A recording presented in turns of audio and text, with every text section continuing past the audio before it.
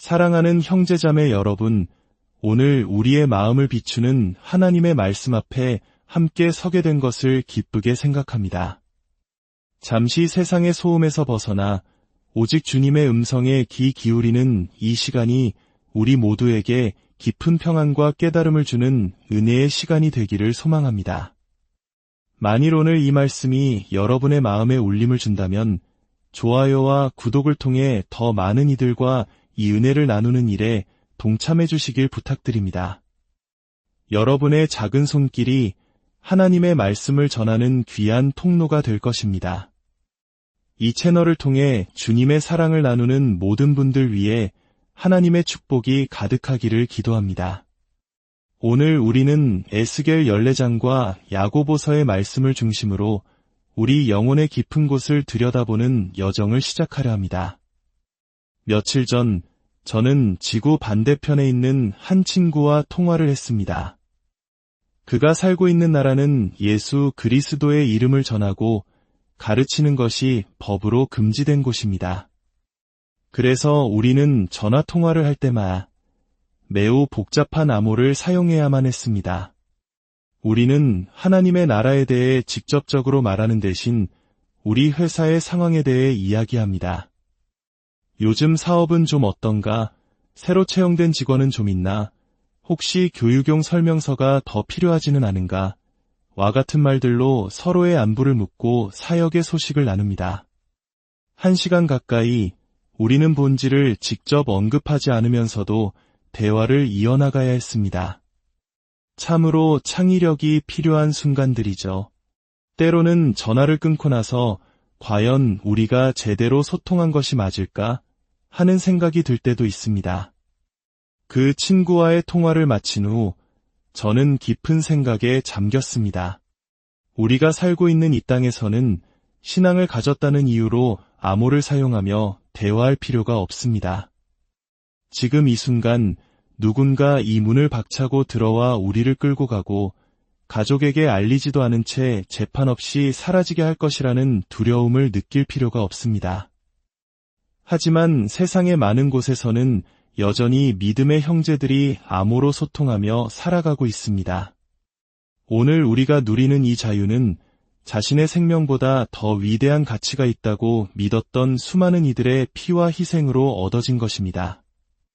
만약 우리가 이 사실을 잊고 잠시 멈춰서서 감사하는 마음을 갖지 않는다면 우리는 마치 철없는 어린아이와 같을 것입니다. 완벽하지는 않더라도 이 땅에서 주님께서 우리에게 허락하신 이 자유에 대해 감사하는 마음을 잠시라도 가져보는 것은 어떨까요? 비록 굳은 날씨에 계획했던 야외 활동이 취소될지라도 잠시 멈추어 우리가 받은 선물을 기억하고 감사하는 시간을 갖기를 바랍니다. 자, 이제 본론으로 들어가 보겠습니다. 지난 시간 우리는 한 가지 질문을 던졌습니다. 성경 속 인물들과 역사 속 신앙의 선배들이 하나님에 대해 이야기하는 방식이 오늘날 우리 복음주의 기독교인들에게는 그토록 낯설게 느껴지는가 하는 질문이었습니다. 우리는 다윗 왕을 살펴보았습니다. 그는 하나님을 향한 자신의 마음을 지극히 인간적이고 열정적인 언어로 표현했습니다. 시편에서 그는 내 육체가 주를 앙모하나이다 라고 고백하며 마치 가뭄 속에서 물을 찾는 메마른 짐승처럼 밤새도록 주님을 생각한다고 말합니다. 또 다른 시편에서는 내가 여호와께 바라는 한 가지 일, 그것을 구하리니 곧 내가 내 평생에 여호와의 집에 살면서 여호와의 아름다움을 바라보며 그의 성전에서 사모하는 그것이라고 노래합니다. 그에게는 주님과 함께하는 것만이 유일한 소원이었습니다. 구약의 선지자 하박국도 마찬가지입니다. 그는 부유하든 가난하든 안전하든 위험하든 모든 것이 잘 풀리든 그렇지 않든 오직 예수님만 계시면 괜찮다고 고백합니다. 신약으로 넘어와 사도 바울을 보면 그는 예수 그리스도를 아는 지식이 가장 고귀하기에 다른 모든 것을 해로 여기고 심지어 배설물로 여긴다고 말합니다. 이 고백은 오늘날 우리의 신앙관에 큰 도전을 줍니다. 우리 대부분은 어떤 행동이 옳은가, 그른가의 문제에 매여 살아갑니다. 옳은 행동이라면 때로는 우리 자신에게 해가 되더라도 기꺼이 하려고 합니다. 그러나 바울은 질문 자체가 틀렸다고 말합니다. 진짜 질문은 이것이 옳은가, 그른가가 아니라 이것이 나를 그리스도께 더 가까이 이끄는가, 아니면 그분에 대한 나의 인식을 빼앗아 가는가라는 것입니다. 그는 자신에게서 주님을 앗아가는 것이라면 그것이 다른 사람에게는 괜찮은 일일지라도 자신은 배설물처럼 여기며 멀리했습니다. 이러한 열정적인 고백은 성경 속에만 있는 것이 아닙니다. 교회사 속 위대한 인물들도 마찬가지였습니다. 아우구스티누스, 마르틴 루터, 제가 가장 존경하는 청교도인 존 오웬, 그리고 16세기 수도사였던 로렌스 형제에 이르기까지 수많은 신앙의 선배들이 하나님을 향한 뜨거운 사랑을 고백했습니다.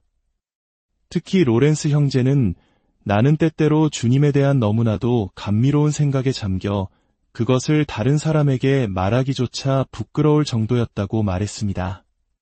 감미롭다는 단어를 보통 음식에만 쓴다고 생각했던 저에게는 큰 충격이었습니다. 로마서 8장은 온 우주 만물 역시 이러한 갈망의 상태에 있다고 말합니다. 피조물들은 죄의 억압과 무게에서 벗어나 그리스도의 영광 안에서 자유로워지기를 간절히 고대하고 있습니다. 이 모든 것을 살펴본 후 우리는 마침내 한 가지 질문에 도달했습니다.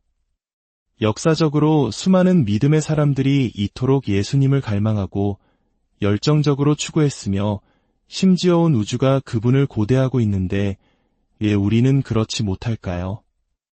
왜 우리 중 많은 이들은 현재의 신앙 상태에 만족하고 있을까요? 왜 우리 삶의 모든 영역에서 주님의 다스리심을 구하는 뜨거운 열정은 복음주의자들 사이에서 이토록 희귀한 것이 되었을까요? 왜 그분을 온전히 추구하는 삶이 이토록 드문 일이 되었을까요? 무엇이 우리로 하여금 삶을 구획짓게 만들었을까요? 교회는 여기, 직장은 저기, 가정은 또 다른 곳에. 이 세 영역 사이의 교류나 연결은 거의 찾아보기 힘듭니다. 오늘 저는 이 질문에 대한 답을 세 부분으로 나누어 찾아보고자 합니다. 에스겔 14장 1절을 보겠습니다. 이스라엘 장로 두어 사람이 내게 나아와 내 앞에 앉으니 여호와의 말씀이 내게 임하여 이르시되, 구약시대의 하나님께서는 보통 이스라엘 민족 전체에게 직접 말씀하시지 않았습니다. 그분은 선지자에게 나타나셔서 이스라엘 백성에게 왼쪽으로 가라고 전하여라 와 같이 말씀하셨고, 선지자가 그 말씀을 백성에게 전달하는 방식으로 소통하셨습니다. 따라서 이스라엘의 지도자들이 하나님의 뜻을 알고자 할 때 그들은 선지자에게 나아와 주님의 말씀을 구했습니다. 오늘 본문도 바로 그런 상황입니다. 이스라엘의 장로들이 선지자 에스겔에게 와서 우리가 무엇을 해야 할지 물었던 것입니다. 하나님께서는 이렇게 말씀하십니다. 3절입니다. 인자야 이 사람들이 자기 우상을 마음에 들이며 죄악의 걸림돌을 자기 앞에 두었으니 구약 성경에서 이스라엘 백성은 끊임없이 유일하신 참 하나님 여호와를 떠나 바알과 같은 이방신들을 섬기는 죄를 저질렀습니다. 하지만 이 본문에서 하나님께서 지적하시는 죄는 다른 종류의 우상 숭배입니다. 그들은 다른 신 앞에 절하는 것이 아니라 마음속에 우상을 드렸다는 책망을 받고 있습니다. 이것이 바로 오늘 우리가 다루어야 할 다른 차원의 우상 숭배입니다. 그리고 하나님께서는 물으십니다. 그들이 내게 묻기를 내가 조금인들 용납하랴. 이 사람들은 하나님의 뜻을 알기 위해 선지자에게 나왔지만 하나님께서는 그들의 마음속에 있는 우상을 보시고 내가 과연 이들의 질문에 답해야 하는가? 라고 반문하십니다. 하나님의 대답은 이렇습니다. 4절입니다. 그런즉 너는 그들에게 말하여 이르기를 나 주 여호와가 말하노라. 이스라엘 족속 중에 그 우상을 마음에 들이며 죄악의 걸림돌을 자기 앞에 두고 선지자에게로 가는 모든 자에게는 나 여호와가 그 우상의 수요대로 보응하리니 하나님께서는 분명히 말씀하십니다. 마음속에 우상을 품은 채 내게 나아와 길을 묻는 자들에게 나는 그들의 질문에 답하지 않고 오직 그들의 우상 숭배 문제에 대해서만 말할 것이다. 우리에게 우상 숭배라는 개념은 조금 낯설게 느껴질 수 있습니다. 마치 영화 인디아나 존스에나 나올 법한 이야기처럼 들릴지도 모릅니다. 하지만 마음의 우상은 처음에는 믿을 수 없을 만큼 순수해 보이는 모습으로 우리에게 다가옵니다. 그러나 결국에는 우리 영혼을 파괴하는 무서운 힘을 가지고 있습니다. 마음의 우상은 욕망에서 시작됩니다.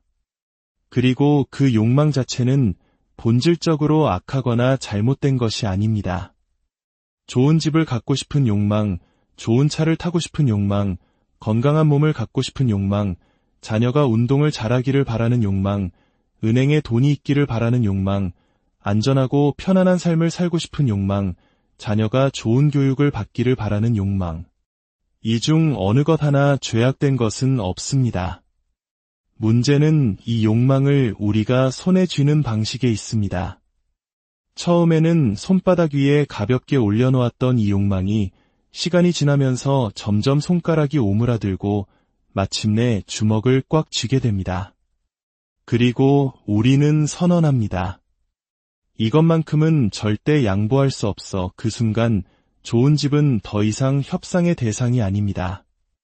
좋은 차, 안전, 자녀의 성공, 돈, 이 모든 것이 절대 포기할 수 없는 것이 됩니다. 바로 그 순간 우리 마음속에 우상이 태어나는 것입니다. 우리는 이렇게 기도하게 됩니다. 하나님, 당신이 원하시는 대로 하십시오. 하지만 이것만은 건드리지 말아주세요. 내 직장은 건드리지 마세요. 저는 이를 통해 성취감과 자존감을 얻는단 말입니다. 내 아이들의 안전은 위협하지 마세요. 제 아이들은 안전해야 합니다. 이렇게 꽉 쥔 주먹은 그 욕망의 대상에게 엄청난 권위를 부여합니다. 그 결과 사람과 다른 모든 것들은 그 우상을 얻기 위한 수단으로 전락하고 맙니다. 일이 당신의 우상이라면 직장 동료들은 당신의 승진을 위한 도구로 보이게 됩니다. 자녀의 축구 선수 경력이 우상이라면 그것이 가정의 영적 건강이나 다른 모든 가치보다 우선시됩니다. 당신의 지갑, 주말, 삶 전체가 그 우상에 지배당하게 됩니다. 우상 숭배가 마음을 지배할 때 일어나는 가장 파괴적인 결과는 이것입니다. 우리는 더 이상 모든 것을 아시고 모든 것을 사랑하시며 모든 것을 하실 수 있는 전능하신 우주의 창조주 하나님을 원하지 않게 됩니다. 대신 우리가 원하는 것을 가져다주는 신성한 웨이터를 원하게 됩니다. 왜 우리는 주님을 갈망하지 않을까요? 왜 우리는 그분을 열정적으로 추구하지 않을까요? 어쩌면 우리 마음속에 우상이 자리 잡고 있기 때문은 아닐까요? 그분께 가까이 다가가면 우리가 절대 포기할 수 없다고 여기는 바로 그것을 하나님께서 다루실까 봐 두려워하는 것입니다. 그래서 우리는 교회에 나와 경건한 척 연기하며 살아갑니다. 언제 손을 들어야 하는지, 어느 소절에서 찬양을 함께 불러야 하는지 배웁니다. 성경 공부 모임에 참여하고 경건한 표정으로 그 말씀 참 좋네요. 미처 생각지 못했던 부분입니다. 라고 말하는 법을 터득합니다. 그렇게 우리는 마음속 깊은 곳에 우상을 결코 직면하지 않은 채 그저 좋은 사람이 되려고 노력하며 살아갑니다. 우리가 하나님을 깊이 추구하는 것을 피하는 이유는 어쩌면 의식적이든 무의식적이든 그분께 가까이 다가가면 우리가 그분보다 더 사랑하는 무언가를 잃게 될지도 모른다는 것을 알기 때문입니다. 다시 한번 강조하지만 좋은 것들을 원하는 것은 잘못이 아닙니다. 그것을 꽉 쥔 주먹으로 원하려는 것이 잘못입니다. 솔직히 말해볼까요? 저는 제 딸이 아주 경건한 청년을 만나 결혼하기를 바랍니다. 그리고 안전한 교회에서 살며 제가 마음껏 예뻐해 줄 수 있는 손주들을 낳아주기를 바랍니다. 제 딸이 저보다 오래 살기를 바라고 위험한 일은 겪지 않았으면 합니다. 하지만 이 모든 바람을 향한 저의 손은 항상 펼쳐져 있어야 합니다. 그렇지 않으면 이 바람이 우상이 되어버릴 것입니다. 어쩌면 하나님께서는 제 딸의 고난을 통해 세상 다른 곳의 한 무리의 사람들을 구원하실 계획을 가지고 계실지도 모릅니다. 저는 제 집을 사랑합니다. 하지만 결국 이 집은 제 것이 아닙니다. 제 손은 펼쳐져 있어야 합니다. 저는 14만 마일 이상을 달린 낡은 차를 몰지만 그 차를 정말 사랑합니다. 하지만 그 차에 대한 제 손도 펼쳐져 있어야 합니다. 제 삶의 어떤 것도 제 소유가 아니라는 사실을 잊는 순간 우상은 싹트기 시작합니다. 그리고 우리가 주님으로부터 멀어지는 이유는 그분께 다가가면 이 우상을 다루실까 봐 두렵기 때문입니다. 결국 우리는 그 우상이 하나님보다 더 아름답고 필요하다고 믿게 되는 것입니다. 우리가 하나님을 추구하지 못하게 막는 또 다른 거대한 장애물이 있습니다. 야고보서 4장입니다. 4장 4절은 이렇게 시작합니다. 가늠한 여인들아, 세상과 벗된 것이 하나님과 원수됨을 알지 못하느냐? 참으로 강렬한 표현입니다. 세상과 친구가 되려는 자는 스스로 하나님의 원수가 된다는 말씀입니다. 이어서 5절은 이렇게 말합니다. 하나님이 우리 속에 거하게 하신 성령이 시기하기까지 사모한다. 하신 말씀을 헛된 줄로 생각하느냐? 이 구절은 제게 큰 위로를 줍니다. 우리 대부분은 현재의 내 모습에 대해 하나님께서 실망하고 계시며 미래의 더 나은 버전의 나를 사랑하실 것이라고 생각합니다. 이 죄를 끊고 저 약점을 극복하고 경건의 시간을 잘 지키게 되면 그때 비로소 나를 사랑하실 것이라고 말입니다. 하지만 이 말씀은 바로 지금 하나님께서 우리 안에 두신 성령을 질투하시기까지 갈망하고 계신다고 선포합니다. 원한다는 것과 갈망한다는 것은 다릅니다. 갈망에는 아픔이 동반됩니다. 그리고 6절은 이렇게 이어집니다. 그러나 더욱 큰 은혜를 주시나니 그러므로 일러스되 하나님이 교만한 자를 물리치시고 겸손한 자에게 은혜를 주신다 하였느니라. 우리가 하나님을 온전히 추구하지 못하는 두 번째 이유는 바로 교만입니다. 교만이란 자신을 마땅히 생각할 그 이상으로 생각하는 자기 고양입니다. 복음주의 공동체 안에서 교만은 이런 식으로 나타납니다. 우리는 스스로가 충분히 똑똑하고 지혜롭고 선하다고 믿습니다. 그래서 자신을 하나님의 은혜가 절실히 필요한 존재가 아니라 다른 죄인들을 교정하고 돕기 위한 하나님의 도구로 여깁니다.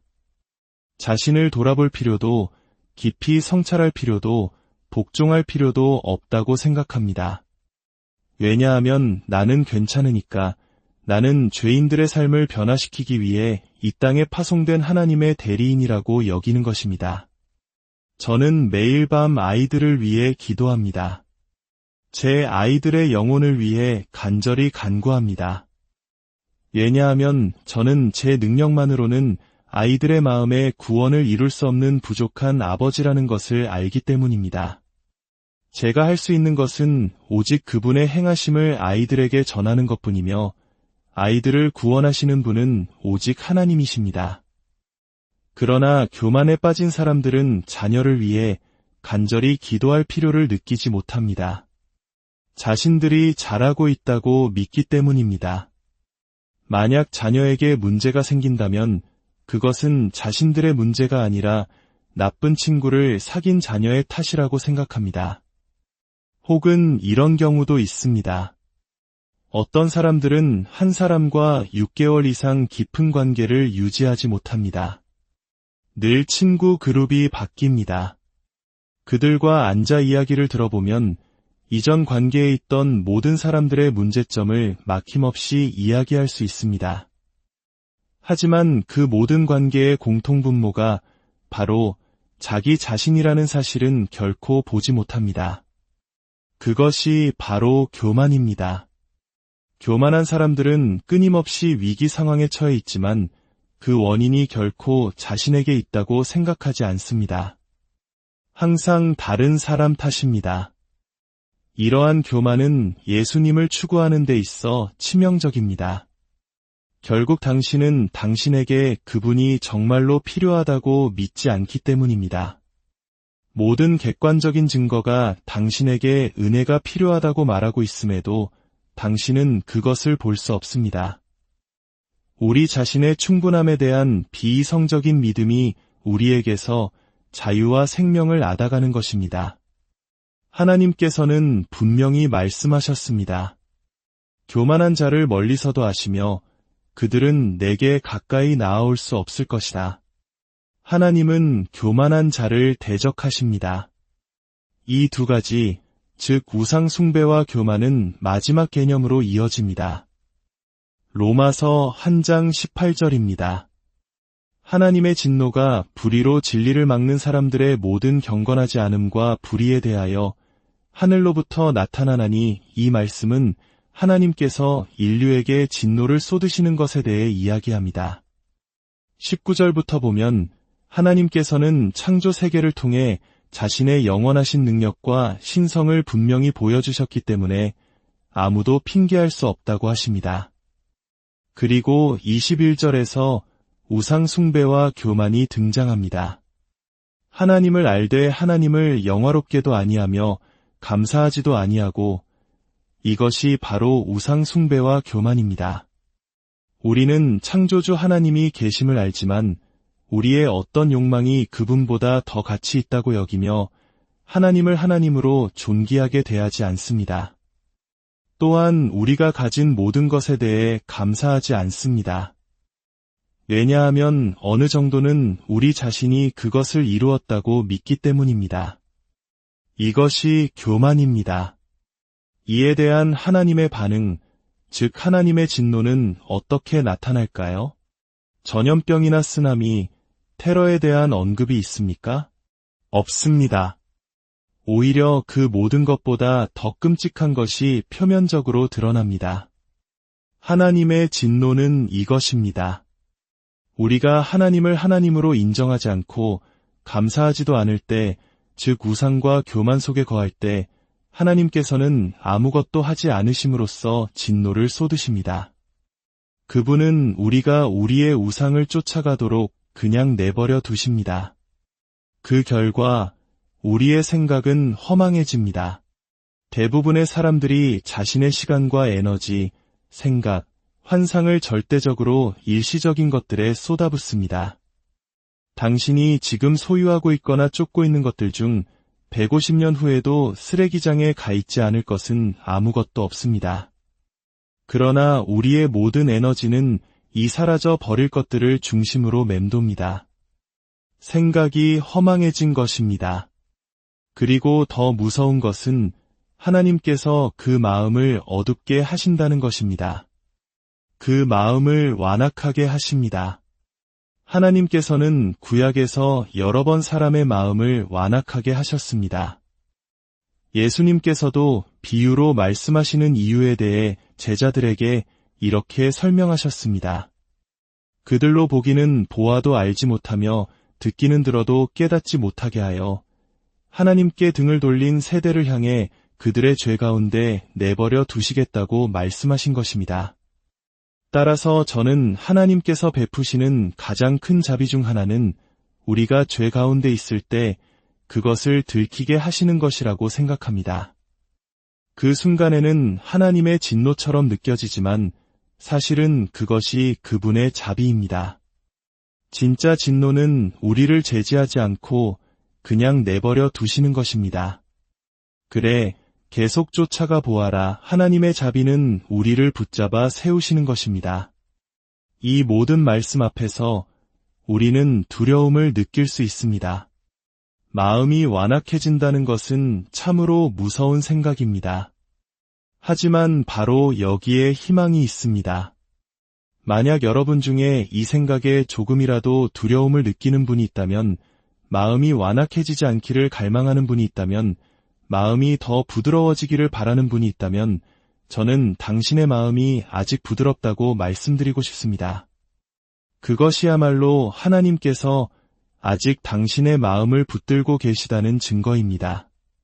그러나 만일 오늘 이 자리에 앉아 성경이 뭐라고 하든, 당신이 뭐라고 하든, 하나님이 내 삶에 무엇을 원하시든 상관없어 라고 생각하는 분이 있다면, 성경은 이미 다른 일이 일어났을 수 있음을 경고합니다. 속지 마십시오. 하나님은 업신여김을 받지 않으십니다. 그렇다면 100만 불짜리 질문은 이것입니다.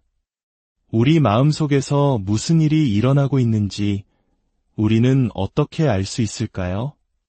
우리 안에 우상 숭배가 있는지, 교만이 있는지 어떻게 알 수 있을까요? 성경조차도 마음은 만물보다 거짓되다고 말하는데 어떻게 그 속을 정확히 들여다볼 수 있을까요? 어떤 날은 모든 것이 평안하게 느껴지다가도 갑자기 존재조차 몰랐던 내면의 어두운 방이 활짝 열리는 경험을 해보신 적이 있을 것입니다. 우리는 어떻게 우리 안에 무엇이 있는지 알 수 있을까요? 우리가 꽉 쥔 주먹으로 붙들고 있는 우상이 무엇인지, 우리가 교만 속을 걷고 있는지 어떻게 알 수 있을까요? 감사하게도 성경과 성령님은 우리를 그냥 내버려 두지 않으십니다. 우리 삶의 특정 영역을 살펴봄으로써 무엇이 우리의 꽉 쥔 우상이고 무엇이 열린 손의 예배인지 분별할 수 있는 명확하고 실제적인 방법들을 우리에게 알려주십니다. 하지만 오늘은 시간이 다 되었습니다.